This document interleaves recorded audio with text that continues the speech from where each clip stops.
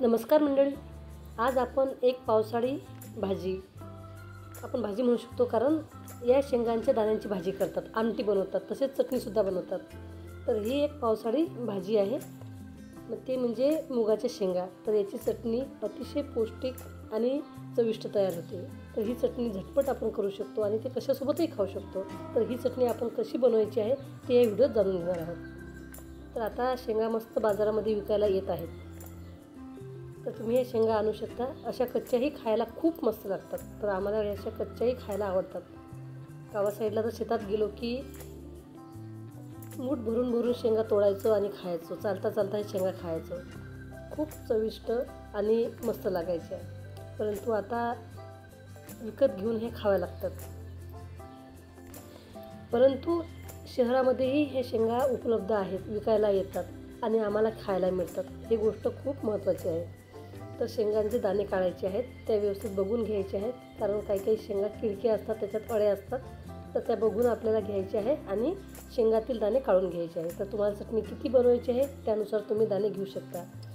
आणि दुसरी गोष्ट म्हणजे कच्च्या दाण्याचीही चटणी बनवली जाते आणि ही दाणे भाजूनही चटणी बनवली जाते। तर तुम्ही थोडेसे भाजून घेऊन दाणे त्याची चटणी करू शकता आणि कच्च्या दाण्याची चटणी करू शकता।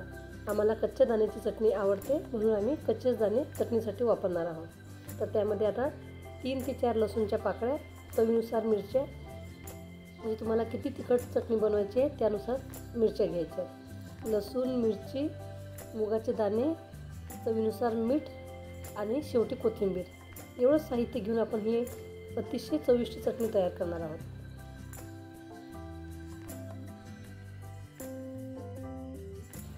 मिक्सरच्या भांड्यामध्ये आपण मिरची, लसूण, मीठ आणि दाणे टाकलेले आहे आणि ते जाडसर बारीक करून घेतले आहे। त्यानंतर यामध्ये आता कोथिंबीर टाकणार आहोत आणि परत आपण थोडंसं फिरून घेणार आहोत, म्हणजे चटणी जास्त बारीक करायची नाही, जाडसरच ठेवायची आहे आणि अशी चटणी आपल्याला खायला चांगली लागते।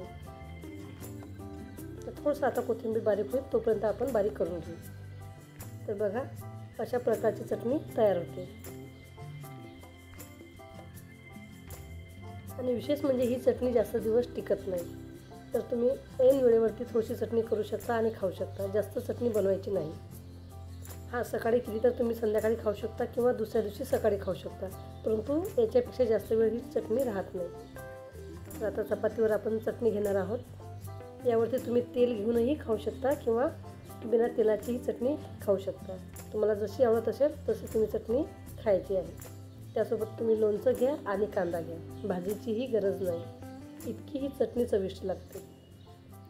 अशाच प्रकारच्या नवनवीन, पारंपरिक, हेल्दी आणि टेस्टी रेसिपी, तसेच पावसाळी रानभाज्यांची माहिती, ओळख आणि रेसिपी ही मी आपल्या चॅनलवरती नेहमी म्हणजेच पावसाळ्यामध्ये अपलोड करत असते। तर ते तुम्ही बघू शकता।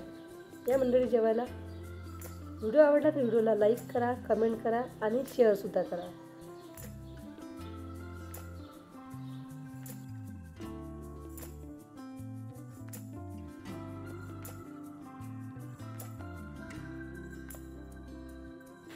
व्हिडिओ बघितल्याबद्दल धन्यवाद मंडळी।